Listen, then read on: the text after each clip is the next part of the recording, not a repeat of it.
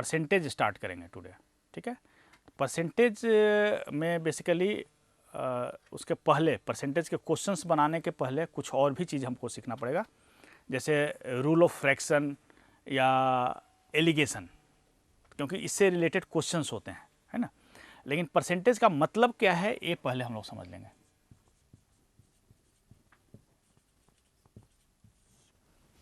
ठीक है। परसेंटेज का मतलब है सबसे पहले तो परसेंट, ये भी पता है, परसेंट।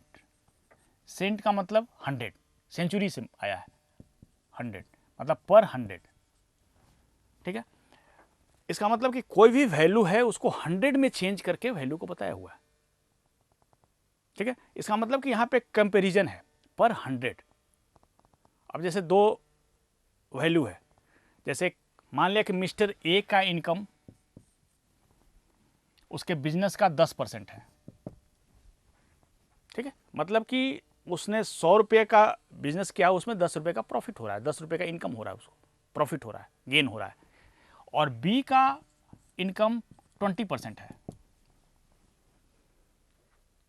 तो एक कंपैरिजन है, कितना पैसा उन्होंने बिजनेस में लगाया है उसके कंपैरिजन में 10। अगर उन्होंने 100 लाख लगाया है तो 10 लाख का इनकम है, अगर उन्होंने 100 रुपया लगाया है तो 10 रुपये का इनकम।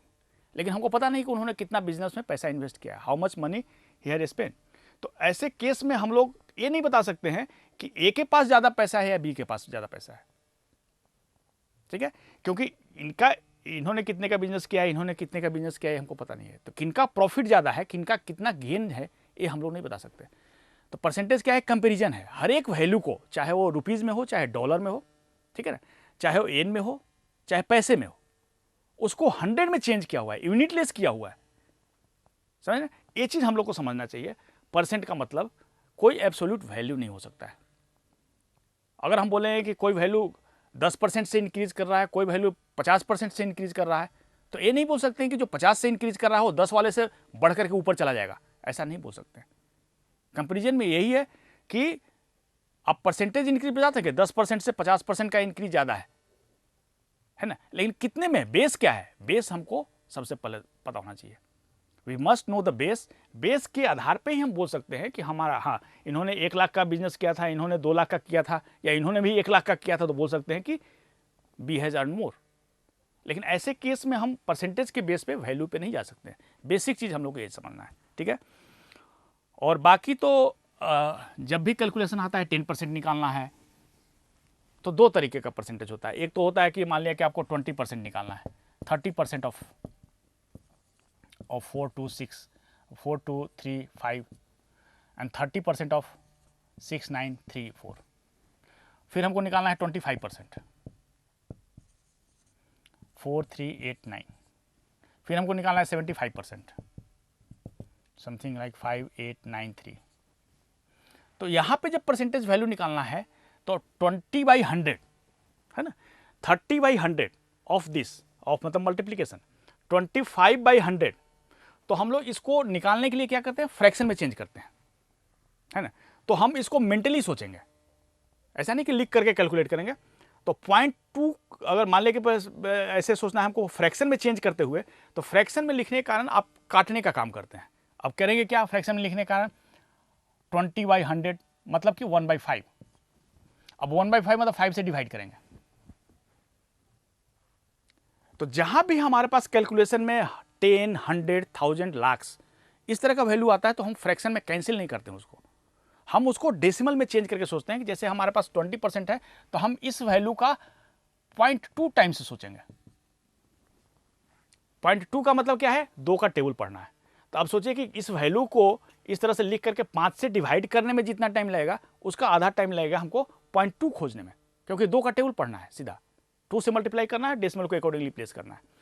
उसी तरह से 30% कैलकुलेट करना है तो 0.3 सोचेंगे, लेकिन 25% कैलकुलेट करना है तो 0.25 नहीं सोचेंगे।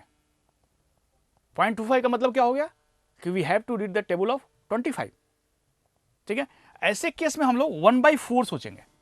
25% मतलब 1/4। 1/4 मतलब क्या है, इस वैल्यू को 4 से डिवाइड करना है, 1/4 सोचना है। 75% मतलब 3/4 सोचना है। 3/4 का मतलब क्या होगा, पहले 4 से डिवाइड कीजिए फिर 3 से मल्टीप्लाई कीजिए। ऐसा नहीं कि आप 3 से मल्टीप्लाई करें फिर 4 से डिवाइड करें, ऐसा नहीं। 4 से पहले डिवाइड कर ले तो नंबर छोटा रहेगा, फिर 3 से मल्टीप्लाई करेंगे तो छोटा ही रहेगा, ठीक है। और कुछ कुछ फ्रैक्शनल वैल्यू हम लोग याद रखते हैं, जैसे 50% है मतलब हाफ है, 33 1/3% है मतलब 1/3 है, 25% मतलब 1/4 हो ही गया। आपके पास पूरा चार्ट दिया हुआ है यहाँ पे, तो आप जैसे 1/12 मतलब 8 1/3%। अब 8 1/3% कहीं कैलकुलेट करना है तो हम सीधे 1/12 उसका निकाल लेंगे, मतलब उस नंबर को 12 से डिवाइड कर लेंगे। इसी तरह से मान लीजिए 3/8 निकालना है, तो 3/8 निकालना हमारे लिए ज़्यादा आसान है। अगर हम सोचे 37.5%, 37.5% अगर कैलकुलेट करना है, फिर से हम आएंगे तो फ्रैक्शन में 3/8 पे आएंगे, तो हम उस टाइम को बचा सकते हैं। अगर 37.5% का मतलब 3/8 हमको पता है, तो सीधा हमको 3/8 निकालना है। तो इस टेबल को हम लोग याद करके चलेंगे ताकि हमको कैलकुलेशन में फिर से 100 का यूज करके उसको कैंसिल करके फिर से फ्रैक्शन ना बनाना पड़े, राइट। और 1/8 12.5%, ठीक है ना। तो 12.5% निकाला है तो 1/8 निकालेंगे। उसी तरह से 9 1/11%, तो 1/11 मतलब 11 से डिवाइड करना है। तो इस टेबल को हम लोग याद रखेंगे, ये ध्यान रखिएगा, ठीक है।